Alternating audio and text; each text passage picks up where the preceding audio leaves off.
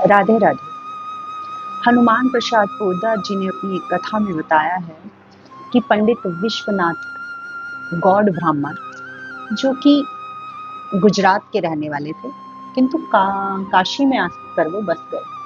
उनकी एक पुत्री थी, निर्मला बाई जी। निर्मला बाई जी उनकी एक इकलौती संतान थी। छोटा सा परिवार, माता पिता और निर्मला बाई जी। पंडित विश्वनाथ गौड़ संस्कृत विद्यालय चलाते थे, जिसमें कि वो धर्म, शास्त्र, दर्शन आदि के बारे में शिक्षा दिया करते थे। वो नित्य रामायण का पाठ करते थे और बहुत ही सुंदर रामायण का पाठ करते थे, जिसे सुनने के लिए दूर दूर से लोग आते थे। विश्वनाथ गौड़ हालांकि बहुत ज्यादा संपन्न धनाढ्य नहीं थे, लेकिन जीवन बहुत अच्छा चल रहा था। प्रभु भक्ति, प्रभु सुमिरण, प्रभु सेवा और नित्य रामायण का सुंदर पाठ, ये उनकी दिनचर्या हुआ करती थी। यही सारे गुण निर्मला बाई जी में दिखाई दे रहे थे, प्रकट हो रहे थे। बहुत सुंदर धर्म युक्त परिवार, भक्ति में जीवन, सभी लोग नगर के उन्हें बहुत स्नेह प्रेम दिया करते थे। समय बीतता गया और निर्मला बाई जी प्रभु राम की सेवा में दिन प्रति दिन आगे बढ़ रही थी। युवावस्था आई और निर्मला बाई जी का विवाह संपन्न करने की चर्चा होने लगी। उनके लिए एक सुयोग्य वर ढूंढा गया और निर्मला बाई जी का विवाह कर दिया गया। निर्मला बाई जी कुछ समय अपने ससुराल में अपने पति परिवार के साथ बहुत सुखमय जीवन व्यतीत कर रही थी, लेकिन अचानक एक दिन ऐसा हुआ कि निर्मला बाई जी के जो पति थे, उनकी तबीयत खराब हुई और उनको हैजा हो गया।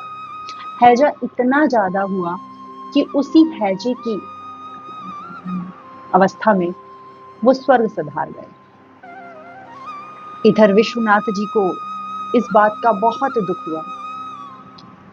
वो राम सेवा में इतने तत्पर थे कि कभी राम जी से कोई शिकायत नहीं की, लेकिन आज जब बेटी का दुख हुआ तो उनसे ये दुख सहन ना हुआ और प्रभु राम के सामने बहुत उल्हाने देने लगे, बहुत रोने लगे, गिड़गिड़ाने लगे कि मेरी एक ही पुत्री और उसका जीवन इतना दुखमय हो गया है, क्योंकि अपना जीवन कैसे बिताएगी। आज वो विधवा हो गई है, कैसे उसका जीवन चलेगा। बहुत ठाकुर जी को उल्हाने दे रहे हैं, राम जी को बहुत उल्हाने दे रहे हैं, बहुत रो रहे हैं, बहुत दुखी हो रहे हैं। राम जी जैसे उनके सामने उनके प्रश्नों के उत्तर देने के लिए ही बैठे हैं। विश्वनाथ जी को नींद लगी। इस दुख में दुखी होते होते, रोते रोते गिर गए और मानो उनको नींद आ गई।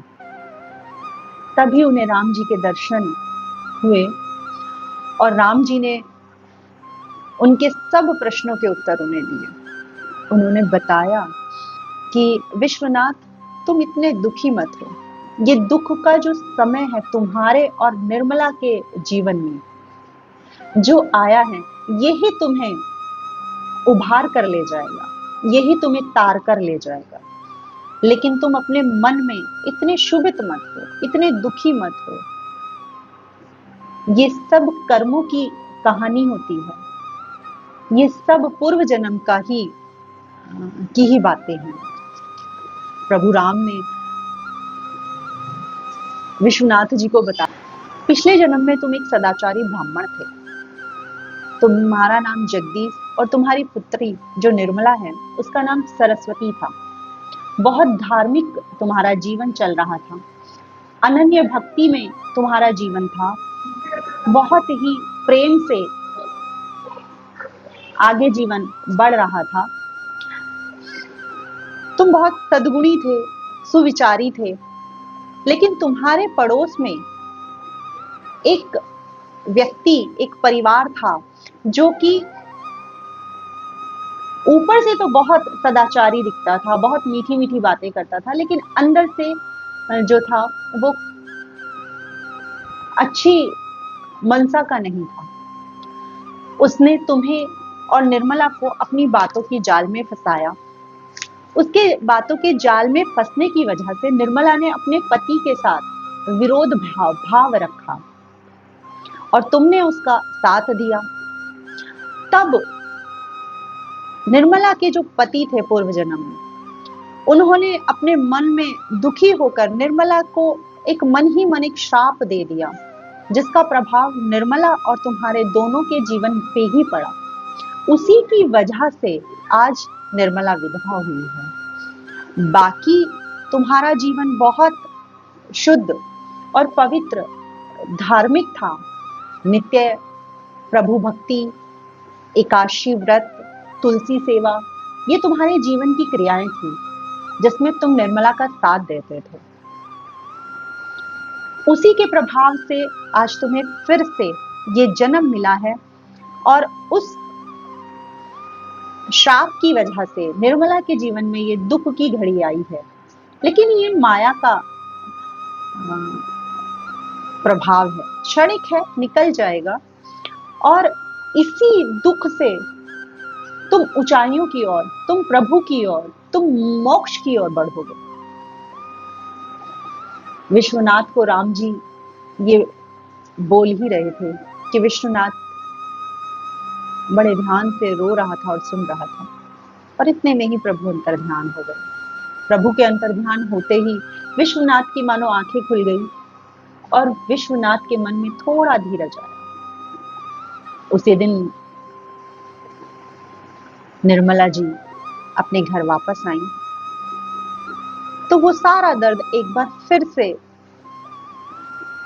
विश्वनाथ के हृदय में फूट पड़ा और निर्मला जी को देखकर बहुत जोरों से रोने लगे, गले लगाकर अपनी बच्ची को लाड करने लगे। निर्मला जी ने अपने पिता को धैर्य धारण कराया और उन्हें बैठाकर उन्होंने प्रभु की प्रेम की बातें उनसे की, उन्हें ज्ञान प्रदान किया। उन्होंने उनसे बताया कि ये सब तो कर्म का लेखा है पिताजी, इससे आप दुखी ना हो।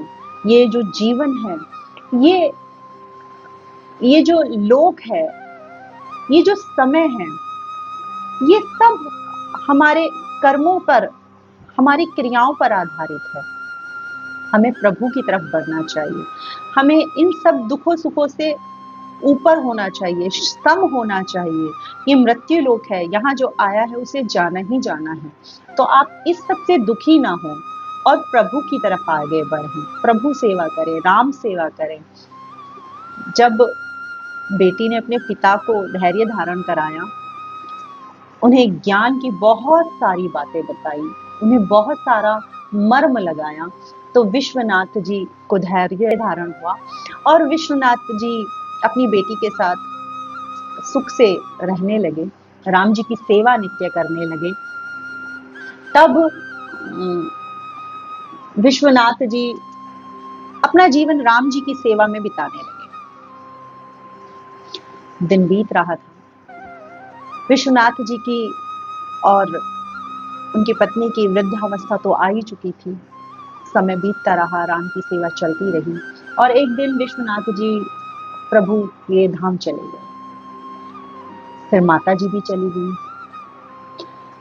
अब निर्मला जी के जीवन में सांसारिक सेवाएं मानो खत्म ही हो गई।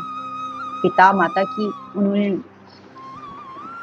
खूब सेवा की, प्रभु राम की खूब भक्ति की।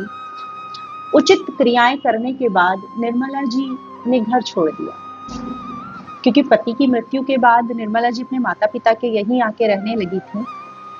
अब उन्होंने वो घर भी छोड़ दिया क्योंकि अब कोई घर में था ही नहीं। माता पिता स्वर्ग को चले गए, प्रभु के धाम को चले गए। तो निर्मला जी ने घर छोड़ कुछ ही दूरी पर, जो काशी के क्षेत्र में ही आता है, गंगा जी के तट पर अपना रहने की व्यवस्था की और प्रभु राम की सेवा वहां करने लगी।